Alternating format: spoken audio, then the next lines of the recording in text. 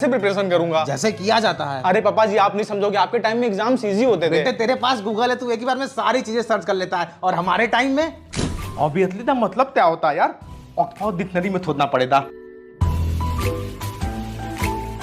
हाँ यार, इंटरनेट ना रहने का डिसएडवांटेज तो था आपके पास, लेकिन हमारे भी अपने चैलेंजेस हैं। हाँ, एग्जाम से पहले 2-3 घंटे का ना वन शॉट वीडियो देखना पड़ता है। बेटा इतना टाइम तुमको बस सिलेबस देखने में लग जाता था, हमारे पास नहीं था 1 शॉर्ट वीडियो 2 शॉर्ट वीडियो। अले यार इसमें तो कौन था पले हम पूरी बुक पढ़ लो, कहीं से भी आ सकता है।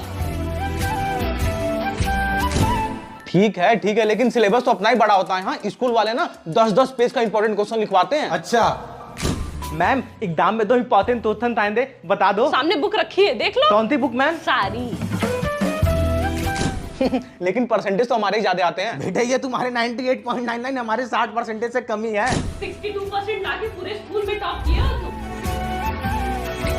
कल एग्जाम में हमें जब एक नमाजी के सिर के ऊपर स्कैनिंग मशीन लगाई गई तो जो चमत्कार रिकॉर्ड हुआ उसने सभी के होश उड़ा दिए। दरअसल यूनिवर्सिटी ऑफ मलेशिया के बायोमेडिकल इंजीनियरिंग डिपार्टमेंट की एक टीम ने साइंटिस्ट हेज़म डुफेश की लीडरशिप में कुछ नमाजियों के सर पर EEG मॉनिटर लगाए ताकि ये देखा जा सके कि नमाज के दौरान दिमाग में क्या बदलाव आते हैं। रिजल्ट देखकर साइंटिस्ट हैरान रह गए। रिसर्च में पाया गया कि नमाज के दौरान इंसानी दिमाग में अल्फा वेव एक्टिविटी में काफी इजाफा हुआ और खास तौर पर सजदे के वक्त ये सिग्नल्स अपने उरूज पर थे। ये अल्फा वेव्स वही होती हैं जो हमारे मन को सुकून और इत्मीनान पहुंचाती है और परेशानी के वक्त हमारी मदद करती है। अब तो साइंस भी मानती है कि नमाज दिमाग को आराम और सुकून देती है। तो आप नमाज कब से शुरू कर रहे हैं?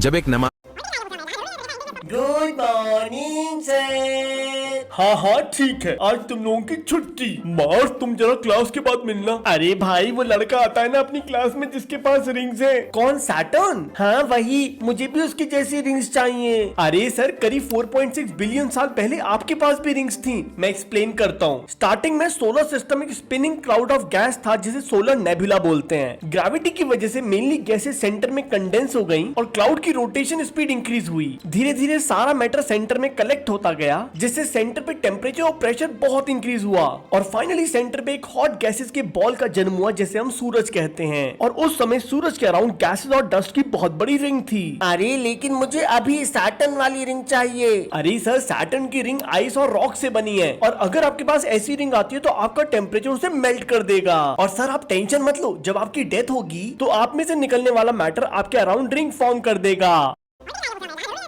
अगर नेपाल चला गया तो दूसरे देशों की क्या प्रतिक्रिया रहेगी, चले देखते हैं।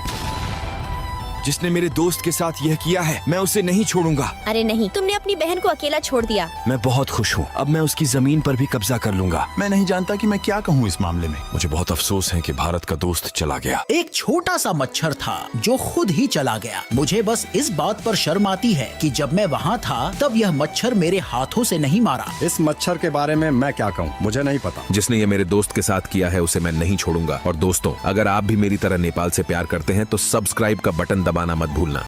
अगर इस वाक्य को सुनने के बाद शेर भी आपको डरा नहीं पाएगा, सच्ची मुच्ची। तो यारों, एक बारी हजरत अब्दुल्ला बिन उमर रज़ियल्लाहु ताला अन्हु किसी सफर पे जा रहे थे कि उसी दौरान उनकी नजर एक ऐसे ग्रुप के लोगों पर पड़ी जो मस्त बिस्तर लगा के आराम कर रहे थे। और जब हजरत उमर ने उनकी खैरियत पूछी तो उन लोगों ने बताया कि यहाँ पर आगे रास्ते में एक शेर बैठा है जिसकी वजह से लोग काफी डरे हुए हैं। इतना सुनना था कि हजरत अब्दुल्ला बिन उमर अपनी सवारी से नीचे उतरे और शेर के करीब जाकर उसके कान पकड़कर उसे रास्ते से हटा दिया। फिर आपने फरमाया कि प्यारे नबी ने तेरे बारे में बिल्कुल सच फरमाया है कि वाकई तुझे इब्ने आदम पर उनके गैरुल्लाह के डरने की वजह से मुसल्लत कर दिया गया है। हजरत उमर ने शेर से कहा कि अगर इंसान अल्लाह के सिवा किसी से ना डरे तो उन पर तो मुसल्लत नहीं हो सकता। तो हमें चाहिए कि हम अल्लाह के सिवा किसी से ना डरें। इस वाक्य को सुनने के बाद एक ट्रेन के नीचे 100 आदमी आ गए, 99 मर गए, एक आदमी बच गया।